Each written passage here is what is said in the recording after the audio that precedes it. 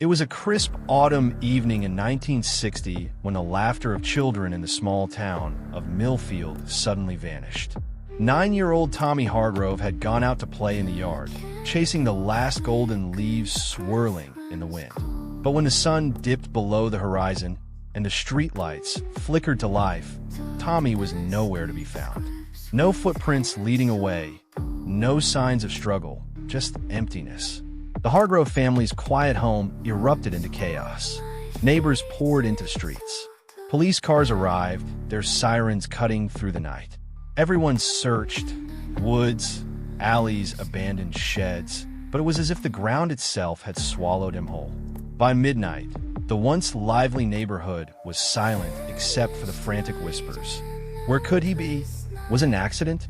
Or something worse? Days turned into weeks, and hope began to fade. Flyers plastered on every lamppost, the radio repeating pleas for information, yet no answers came. Then, nearly 3 months later, the impossible happened. A janitor cleaning out the attic of the old Millfield toy factory stumbled upon something that would shock the entire town. There, tucked away beneath a pile of dusty crates, lay a small wooden toy, Tommy's favorite toy, a hand-carved soldier he had carried everywhere. The toy wasn't just a reminder of Tommy, it was a clue, and not just any clue. The way it was positioned, the scratches on its surface, and a faint, cryptic message etched into the back suggested something far darker than anyone had imagined. The townspeople whispered of secrets long buried, of someone watching, waiting. The disappearance of a child, the innocence lost, had opened a door to a mystery that would haunt Millfield for decades. Police had no leads. Detectives had no suspects. And the family, desperate for answers, found themselves caught in a nightmare that refused to end. Questions spiraled. Who could have taken him? Why the toy?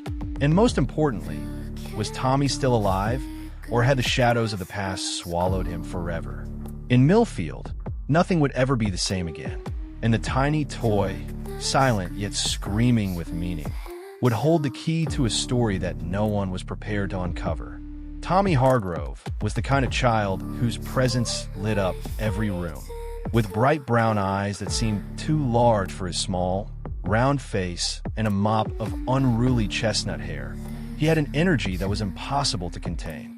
He loved exploring, climbing trees higher than any adult would dare, and inventing elaborate games with the neighborhood kids. Yet beneath his adventurous spirit, there was a gentleness rare for a boy his age. Tommy had a fascination with small, intricate objects, wooden soldiers, toy trains, puzzles. He would spend hours examining the way things worked, turning each piece over in his tiny hands, as if searching for some hidden secret the world had left behind. The Hargrove family lived on Elm Street, in a modest house that bore the marks of a happy, bustling home. Mr. Hargrove was a carpenter, hands calloused from years of working with wood, and he had built many of Tommy's toys himself. He loved his son fiercely, and their bond went beyond father and child. It was a partnership in imagination. Mrs. Hargrove, gentle and tender, worked at the local library. She read to Tommy every night, often finishing her shift only to stay up late weaving fantastical stories for him. Tommy's parents were ordinary people, but their lives were filled with small joys and quiet routines. Weekends were dedicated to family picnics by the river. Afternoons were spent building tree houses, and evenings involved warm dinners with laughter echoing through the house. Tommy's sister, Emily, 2 years older, was his protector and sometimes reluctant partner in crime. She would warn him not to climb too high or not to wander too far, but more often than not, she followed him into his adventures, intrigued by the bravery he displayed in the face of the mundane world. Friends in the neighborhood adored Tommy. His curiosity was infectious, and even the most reluctant children found themselves swept up in his schemes. They would chase each other through cornfields, create secret forts in the woods, and spend entire afternoons in the local park, sharing snacks and secrets. Tommy had a charm that made people trust him, even strangers who watched from their windows as he played with an innocent fearlessness. Despite the outward cheer, there were hints of introspection in Tommy, a depth that few noticed at first. He was thoughtful, often sitting quietly on the porch steps as the sun dipped low, drawing patterns in the dirt with a stick. He asked questions that adults found uncomfortable about life, about fairness, about things unseen. And though his parents encouraged his imagination, there were moments when even they wondered if his curiosity would lead him into trouble. In school, Tommy was bright but unassuming. Teachers remembered him as polite and attentive, yet always searching. He had a small circle of friends, each drawn to his boundless energy and fearless approach to life. He excelled in crafts and storytelling, often winning small contests at school fairs for his inventive ideas. But it was his attachment to his toys that set him apart. The wooden soldier, carved by his father, was his constant companion. The small, imperfect figure went everywhere with him, playing, sleeping, even sitting on the edge of the kitchen table during dinner. It wasn't just a toy. It was a symbol of security, imagination, and perhaps, unknowingly, a piece of him that would later become central to the mystery that enveloped Millfield. Tommy's personality was a perfect blend of curiosity and innocence. He radiated warmth and joy, yet carried a spark of independent thinking that hinted at the extraordinary potential of his mind. And though his life appeared ordinary, those who knew him felt a subtle tension, a sense that something extraordinary, perhaps dangerous, might one day disrupt the fragile balance of his world. By the day of his disappearance, Tommy had already captured the hearts of everyone around him. And as the sun set over Millfield on that fateful October evening, the entire town unknowingly stood on the threshold of a nightmare, one that would test the limits of belief, challenge the instincts of those tasked with protecting him, and leave a haunting question lingering in the hearts of all who loved him. What had happened to this small, bright boy, and why? The day Tommy vanished began like any other, with the crisp scent of autumn filling the air. Leaves, amber and gold, swirled in the light breeze as Tommy dashed across the Hargrove yard, chasing after his paper airplane that he had spent the morning crafting. Neighbors watched from their porches, waving and calling out to the boy, who responded with laughter and a wave before darting behind the tall wooden fence that bordered the empty lot next door. It was there, near the abandoned lot, that the last confirmed sighting of Tommy occurred. The lot had once been the site of Millfield's old toy factory, a brick building left to rot after it closed decades earlier. Broken windows gaped like empty eyes, and weeds had overtaken the cracked pavement. Adults avoided it, warning children to stay away. But Tommy, fearless and curious, often crept to its edges to peer at the shadows, wondering what secrets the old building might hide. That afternoon, he had wandered closer than usual. Mrs. Hargrove, standing at the kitchen window, noticed him walking toward the lot. Her heart skipped a beat as she called his name, but the wind carried her voice away. Tommy, hearing only distant echoes, looked back once and then disappeared behind the fence. Moments later, a faint thud and the sound of scraping metal echoed from the lot, followed by silence. Panic set in quickly. When Tommy did not return for dinner, his parents searched the yard, the street, and the nearby woods. They called for him in trembling voices, hoping he had simply wandered too far. By nightfall, the police were involved. Officers combed every inch of the neighborhood and surrounding areas, flashlights cutting through the darkness, but there was no trace. No footprints led away from the lot. No signs of struggle, no discarded clothing, nothing to indicate what had happened to the boy. The abandoned toy factory became the center of the investigation. Detectives scoured its broken interior, moving aside debris, inspecting the machinery left behind as if it could somehow offer answers. They found old, dusty toys scattered across the floor, broken dolls, wooden trains, and rusted tin soldiers, but none belonged to Tommy. The building's silence was eerie, amplified by the creaks and groans of its decaying structure. It was a place that whispered of past lives and forgotten secrets, yet offered no clues about the present. Neighbors remembered seeing a strange figure near the lot in the days leading up to Tommy's disappearance. A man in a long coat, often lingering in the shadows, watching children as they played. Some said they thought it was one of the town's elderly residents. Others swore it was someone unknown. No one had approached the figure, and when police attempted to trace him, he had vanished, leaving behind nothing but rumors and uneasy glances. Search parties expanded, scouring fields, forests, and the edges of the river that ran through Millfield. Dogs were brought in, their noses sniffing for any hint of the boy's trail. Days blurred into nights. Weeks passed. Each day that Tommy did not return made the fear more unbearable. Posters went up on every corner. Radio stations broadcasted his description, and the townspeople prayed, hoping for a miracle. Yet the toy, the small wooden soldier Tommy had carried everywhere, remained missing.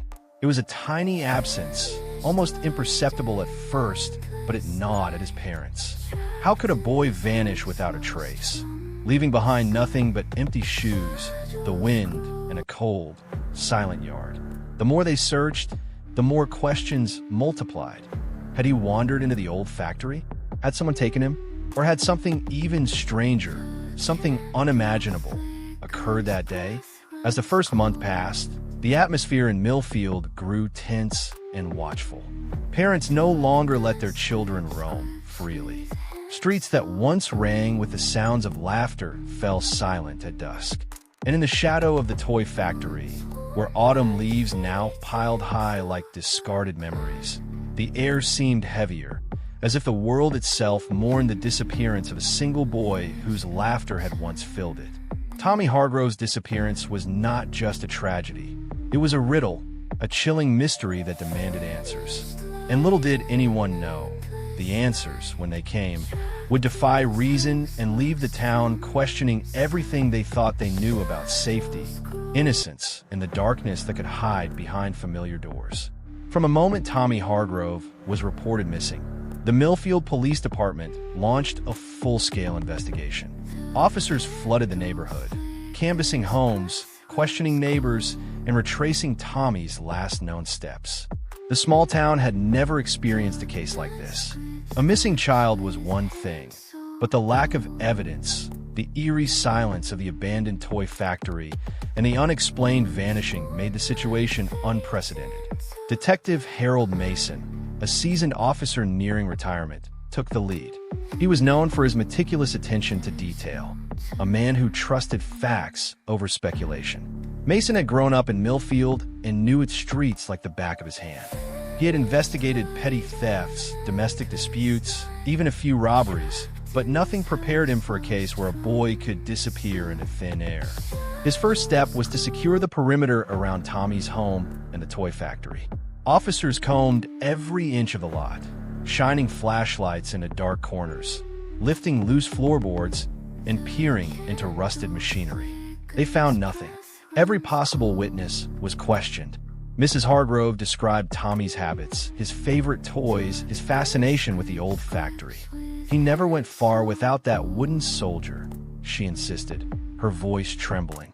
Mr. Hargrove added that Tommy had been unusually curious lately, asking questions about the factory, about the man who once ran it, and about things that seemed to belong to a different era. Emily, his sister, recalled seeing Tommy talking to someone near the fence the day he disappeared, but when pressed, she couldn't remember the figure's face, only the long coat and shadowed posture. The police followed every lead, no matter how small. They checked abandoned homes, questioned local shopkeepers, and even contacted surrounding towns in case Tommy had wandered farther than anyone thought possible. Still, no one reported seeing him. The lack of physical evidence frustrated the investigators. Shoes, clothing, fingerprints, nothing that could indicate a struggle, a kidnapping, or an accident. It was as if Tommy had simply evaporated. Detective Mason turned to the abandoned toy factory. It was the only location connected to the case that carried a sense of foreboding. Officers examined every room, tested for hidden passages, and photographed every detail. Dusty old toys lay scattered across the floor. Cobwebs clung to rusting machinery.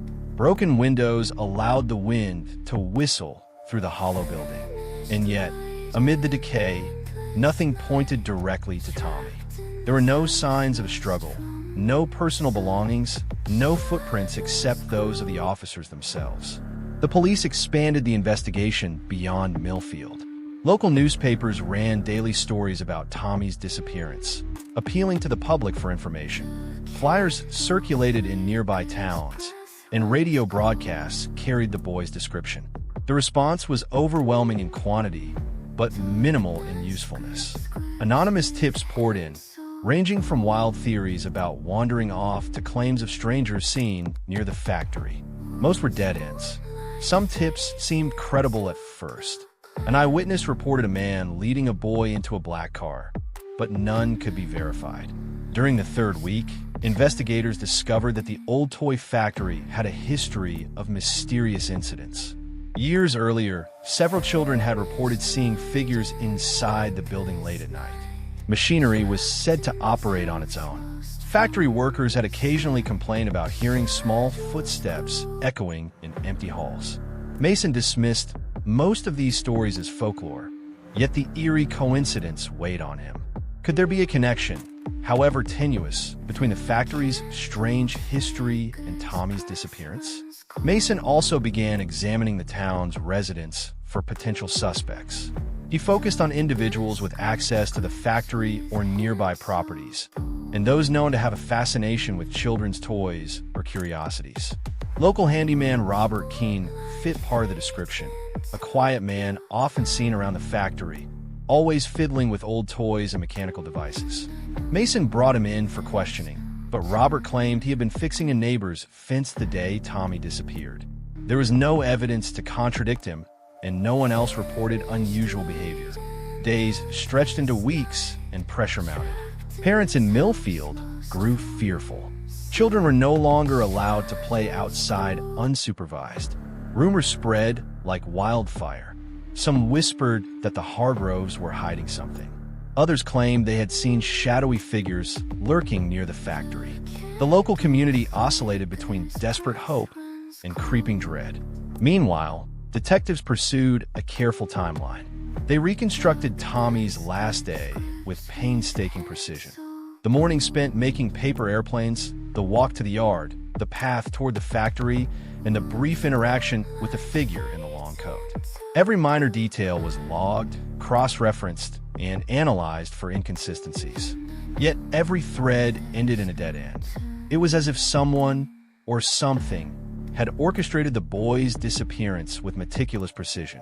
By the end of the first month, the investigation had exhausted all conventional avenues.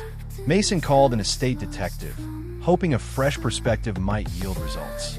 Together, they reviewed every scrap of evidence, every tip, every report. And then, almost as if the town itself waited for the right moment, a janitor cleaning the old toy factory discovered something. A tiny, hand-carved soldier, unmistakably Tommy's favorite toy, hidden beneath a pile of dusty crates. It was the first tangible clue in weeks. The discovery electrified the investigation. Questions surged. Why was the toy left behind? Could it be a message? And most importantly, where was Tommy? The initial investigation had uncovered a darkness lurking beneath Millfield's calm surface, one that no one was prepared to confront. As the investigation into Tommy Hargrove's disappearance deepened, the list of potential suspects grew longer and more perplexing. The tiny town of Millfield suddenly seemed filled with shadows. Every resident, every passerby, became a person of interest. Detectives sifted through gossip, alibis, and coincidences, trying to separate fact from fear. The first suspect was Robert Keene, the handyman who lived near the abandoned toy factory. Known for his solitary habits and fascination with old toys, he had become a figure of suspicion almost immediately. Neighbors reported seeing him frequently near the lot, and some even claimed he carried tools that could have been used to lure a child. Police interrogated him for hours. Keene's explanations were meticulous. He claimed to have been repairing fences, walking his dog, and running errands. The detectives couldn't find evidence to contradict him. Yet something about his quiet demeanor, the way he avoided eye contact, and the persistent rumors surrounding him kept suspicion alive. Next came the long coat figure, The mysterious man Emily, Tommy's sister, thought she saw the day he vanished. Dozens of townspeople reported glimpsing him in alleys or at the edge of the factory lot. Some said he looked middle-aged. Others insisted he was older, hunched over. Police canvassed surrounding towns, checked train stations, and even searched transient hotels, but no trace of the man was ever found. He remained an enigma, a ghost that tantalized the investigation without offering a single clue. Another lead came from within the Hargrove family itself. Some residents whispered that Mr. Hargrove's carpentry workshop might hold secrets. After all, it contained the toys he had crafted for Tommy. Detectives examined the home thoroughly. Nothing indicated foul play, but the Hargroves endured hours of questioning. Mr. Hargrove, already shattered with worry, grew defensive at the insinuations. "I love my son," he said. "I would never—" He choked on his words. The police left no stone unturned, yet there was nothing to suggest parental involvement. Still, in the court of public opinion, doubt lingered. Then there was Mrs. Donnelly, a woman who ran the local candy shop. She had always been kind to children, but gossip painted a different picture. Some claimed she had once scolded Tommy for taking too many sweets. Others said she had a peculiar interest in children's toys and games, often staring at them for hours. When questioned, she appeared flustered but cooperative. Police found no evidence connecting her to the disappearance, yet her nervousness only fueled speculation. The janitor at the toy factory, Mr. Collins, emerged as another figure of interest after discovering Tommy's wooden soldier. While initially seen as a helpful witness, some questioned why he had not noticed the toy sooner. Was it a genuine oversight, or was there something more sinister at play? Collins insisted he had simply been cleaning and didn't think much of it. Police had no reason to doubt his statement, but the discovery of the toy without Tommy present created unease. If the child was gone, why leave the toy behind? Was it a clue or a cruel taunt? Even children who had played with Tommy were questioned. Some claimed to have seen him with strange strangers. Others whispered of a man who appeared to watch from the shadows. These accounts were inconsistent, sometimes contradictory, and often dismissed as imaginative misremembering. Yet detectives knew children's memories could hold fragments of truth, so they were meticulously recorded. Every detail, no matter how trivial, was examined. Despite the growing list of suspects, each lead seemed to dissolve under scrutiny. Robert Keene had alibis. The long coat figure vanished without a trace. Mrs. Donnelly's involvement was baseless. Mr. Collins appeared innocent, and the children's stories, while haunting, offered no concrete evidence. Yet detectives could not ignore the unease that hung over the factory, the sense that something or someone was lurking just out of reach. Amid the dead ends, certain patterns emerged, forming a web of connections too strange to dismiss. The toy factory, long abandoned, had a history of odd occurrences, machinery that seemed to start on its own, reports of children hearing voices in empty halls, and rumors of secret compartments hidden within the walls. Investigators began to wonder, could Tommy's disappearance be tied to the factory's past? Could the tiny wooden soldier be a key, pointing towards something more complex than a simple kidnapping? At the same time, other red herrings complicated the investigation. One local man, a traveling salesman named Peter Latham, became the focus after several residents claimed to have seen him speaking with children near the factory. Latham's story checked out. He had receipts and witnesses confirming his route on the day of Tommy's disappearance. But for weeks, detectives were forced to consider him a potential suspect. The community's anxiety grew, suspicions spilling into everyday life. Parents questioned every passerby, friends doubted each other, and Millfield's sense of security eroded. The media added another layer of confusion. Sensational stories ran in newspapers, suggesting that the toy soldier might hold a secret message, that Tommy had been taken by a ring of criminals, or that he had wandered into a supernatural trap tied to the old factory. While none of these theories held up under investigation, they fueled public fear and blurred the line between fact and speculation. Every lead seemed to circle back to the toy soldier itself. Why was it found alone, hidden in the factory was a calling card? A message left deliberately for someone to discover? Or was it merely a coincidence, a silent witness to a child's sudden vanishing? Detectives pondered these questions tirelessly, knowing that the smallest detail could unlock the mystery, but also aware that many of the supposed clues might lead them astray. In the end, the investigation reached a tense impasse. Multiple suspects, conflicting accounts, and eerie coincidences created a fog that even experienced detectives struggled to navigate.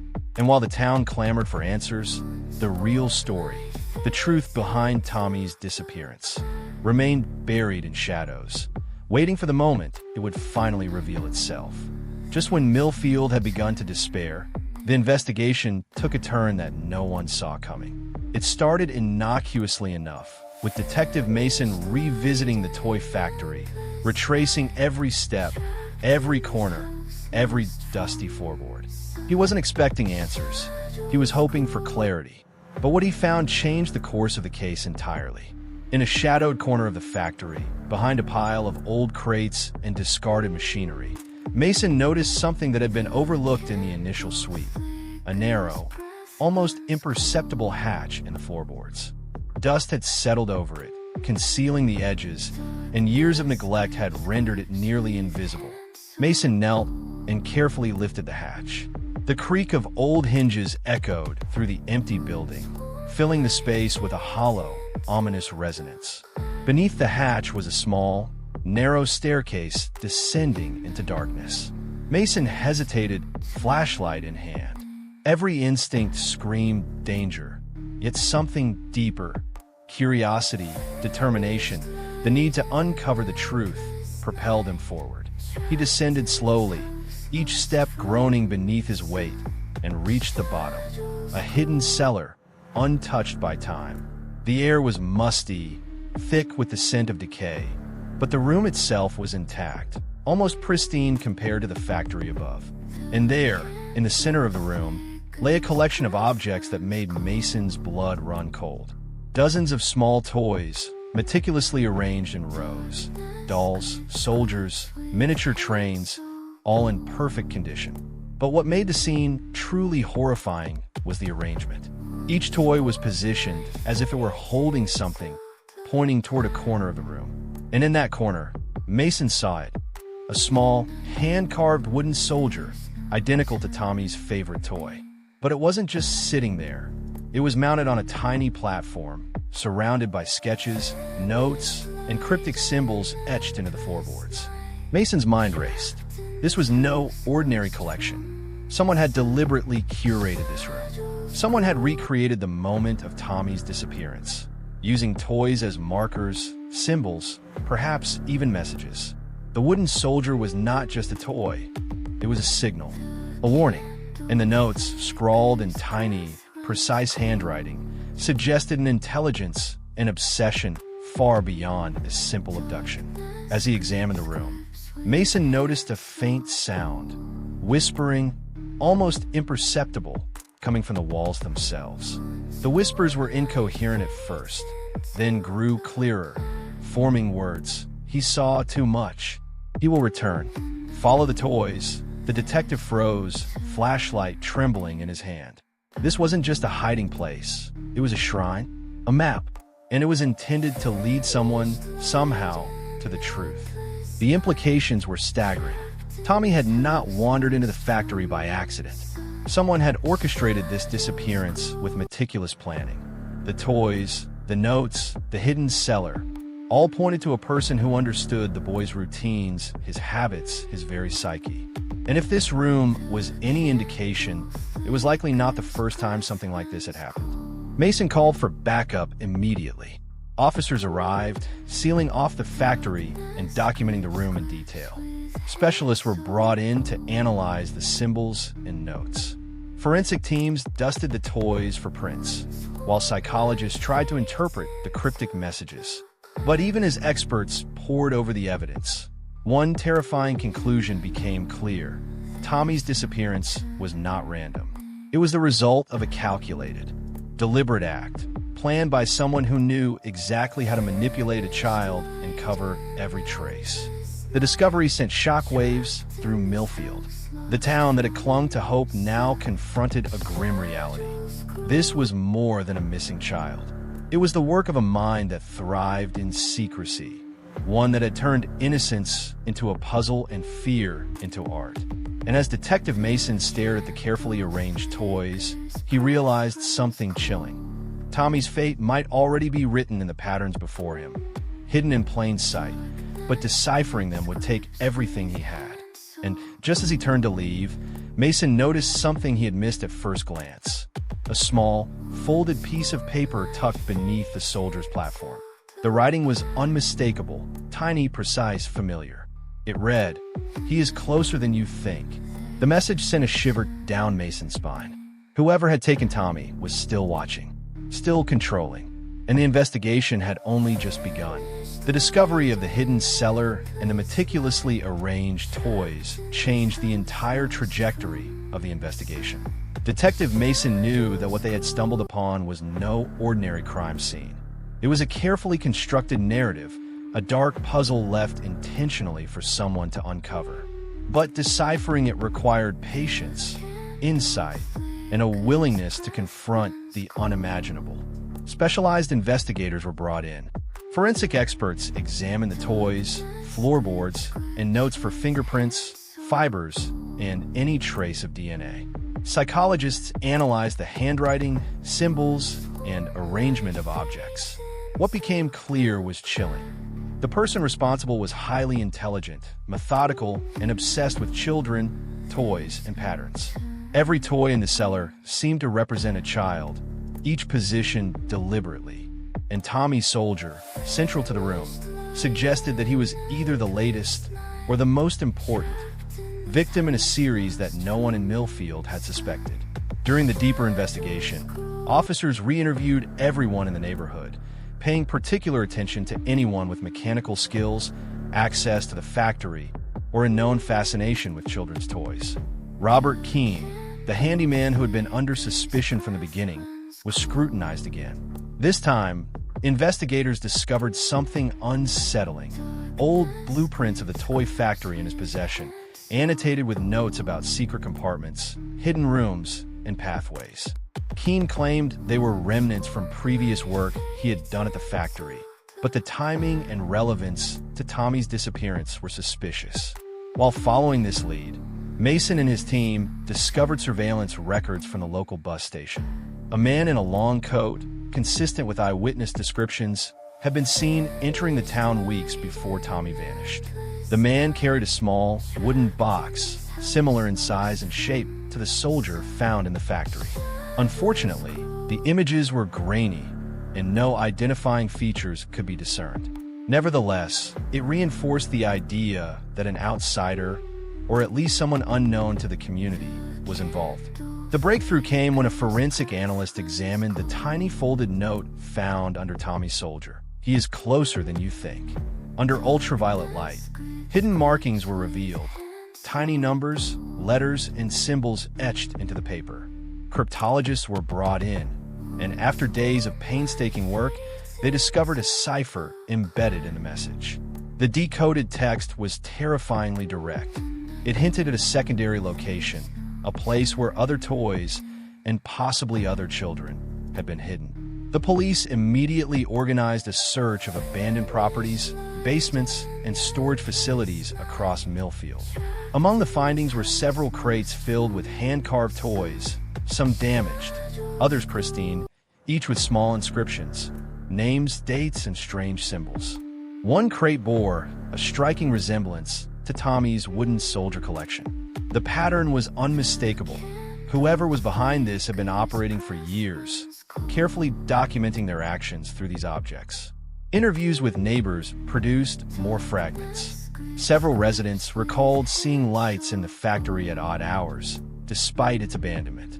Some had noticed vehicles arriving late at night, only to leave hours later.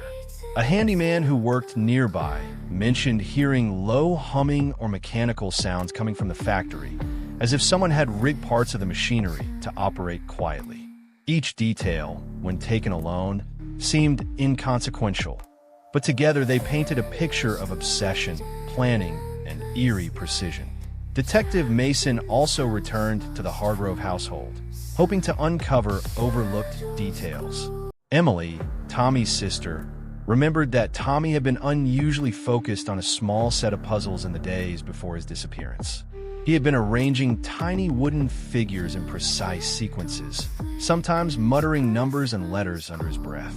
Mason realized that Tommy's natural curiosity and fascination with patterns may have made him an unknowing participant in the abductor's plan. Perhaps the child had been chosen because he could be manipulated to leave clues behind, or because his instincts allowed him to survive or witness what others could not. Amid these findings, a particularly chilling discovery emerged. In one corner of the cellar, hidden beneath layers of dust, was a small, makeshift diary. The pages were filled with sketches of children, toys, and cryptic notes about behavior, schedules, and lessons. One page stood out, a drawing of a boy clutching a wooden soldier with an annotation. He watches. He remembers. He will guide them. The handwriting matched that of the note under Tommy's soldier. Mason's stomach sank. This was not just a case of abduction. It was a deliberate, ritualized game, one that had been planned with obsessive care. The psychological profile that emerged was disturbing. The perpetrator was intelligent, patient, and deeply methodical. The toys were not just objects. They were tools, messages, and markers. The patterns, the hidden notes, the secret compartments, all indicated a mind capable of extreme manipulation. This was someone who derived purpose from control, precision, and secrecy. And most horrifyingly, Tommy was central to it all.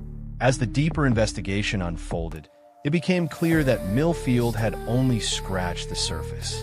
The hidden cellar, the toys, the notes, they were pieces of a puzzle whose full scope was still unknown. Whoever was behind Tommy's disappearance had left behind breadcrumbs, calculated enough to torment investigators, but subtle enough to avoid detection. And then came the message that would chill everyone to the bone. Another folded note, found in a crate in the factory's loft.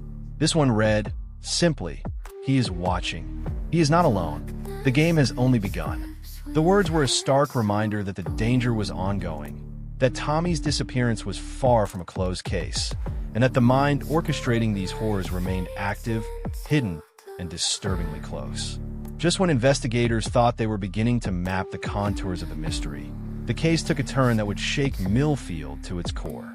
Detective Mason had been reviewing the evidence late one evening, the dim light of his office casting long shadows across the scattered files, photographs, and notes. The patterns were there, the toys, the hidden compartments, the cryptic messages, but something still didn't fit. Something crucial was missing. It was a small, overlooked detail that changed everything. Mason revisited the sequence of dates carved into the wooden soldiers and other toys discovered in the factory's hidden cellar.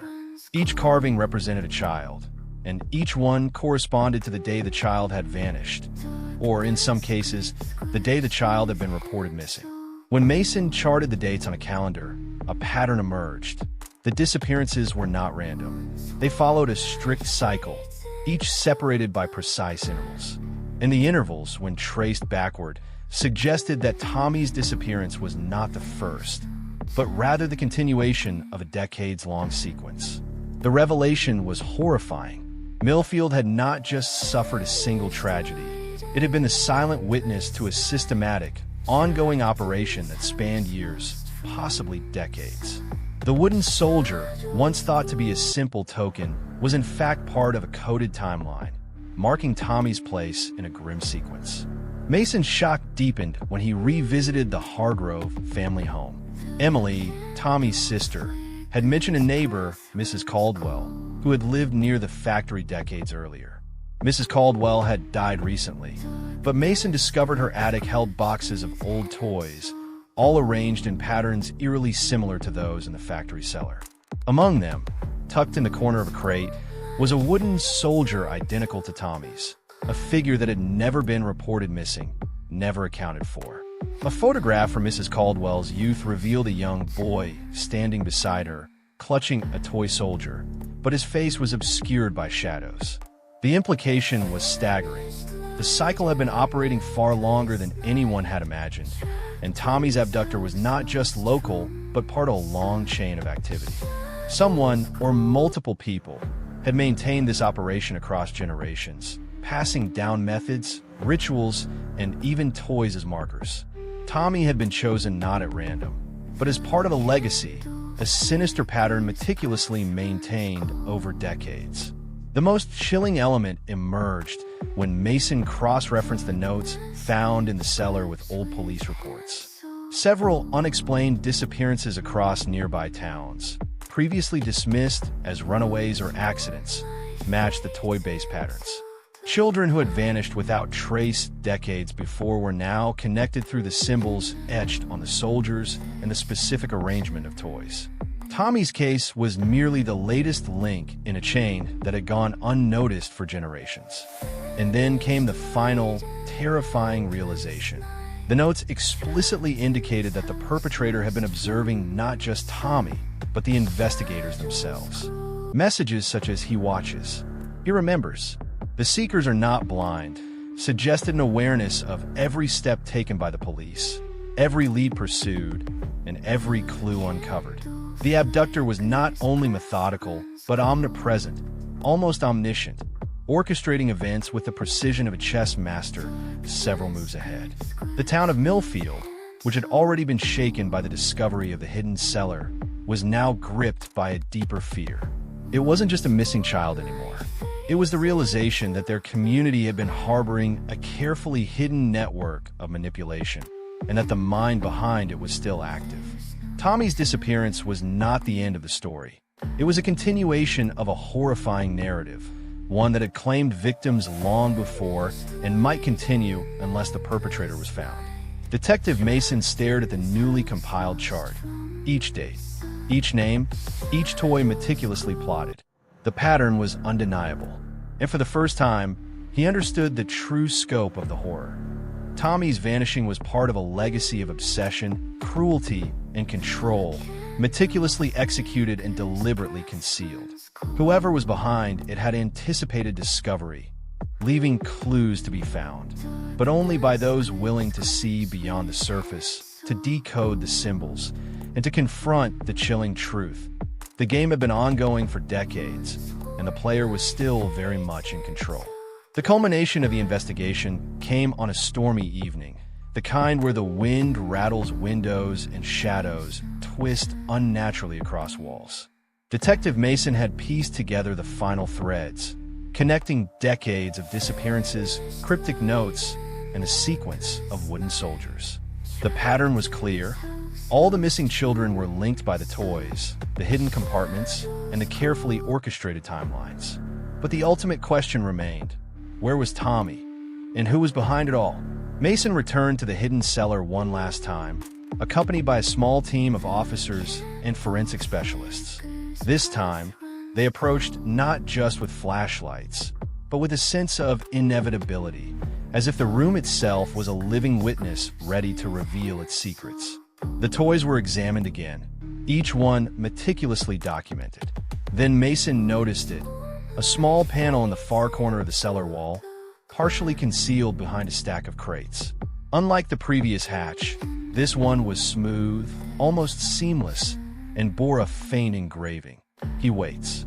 With a deep breath, Mason and an officer pried the panel open. Behind, it was a narrow tunnel, descending into near-total darkness. Flashlights pierced the black, revealing walls lined with shelves. And on those shelves, to the astonishment of everyone present, were dozens of wooden soldiers, each representing a child from the long timeline Mason had uncovered. At the center, slightly elevated on a platform, was Tommy's soldier, unmistakable, with a tiny folded note still tucked beneath it. But it wasn't the toys that caused Mason's heart to pound. It was the sound of breathing, soft, steady, alive. Following the sound, the team moved carefully through the tunnel until they found a small, hidden room at the end. And there, sitting quietly, was Tommy Hargrove. The boy had aged far beyond his 9 years in appearance, though the precise cause of his preservation remained a mystery. A combination of captivity, isolation, and the strange, almost ritualistic care taken by his captor. He held his wooden soldier in his hands, clutching it as if it were a lifeline. His eyes, wide and intense, reflected both fear and a strange awareness. And then, the revelation of the perpetrator. From the shadows stepped a figure cloaked in anonymity, a man who had lived in plain sight for decades, manipulating the timelines, orchestrating the disappearances, and maintaining the ritual.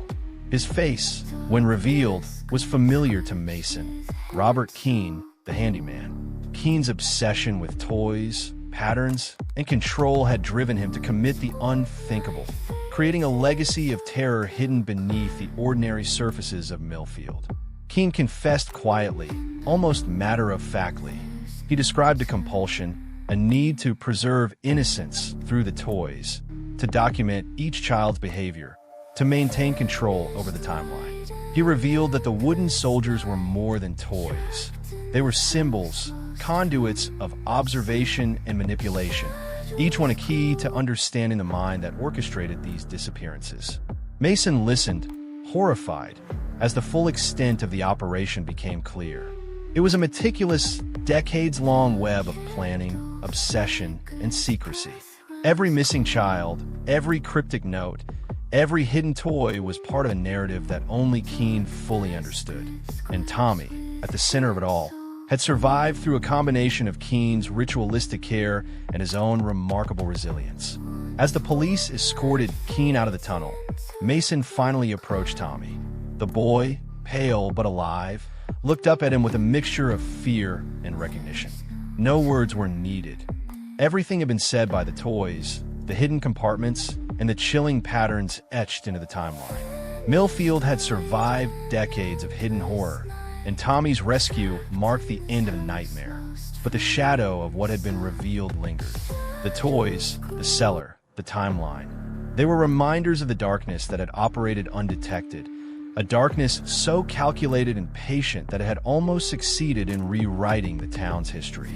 For Detective Mason, the case was over, but the questions remained. How many others had been touched by this pattern? Could anyone truly understand the mind of someone who viewed children as pieces in a game?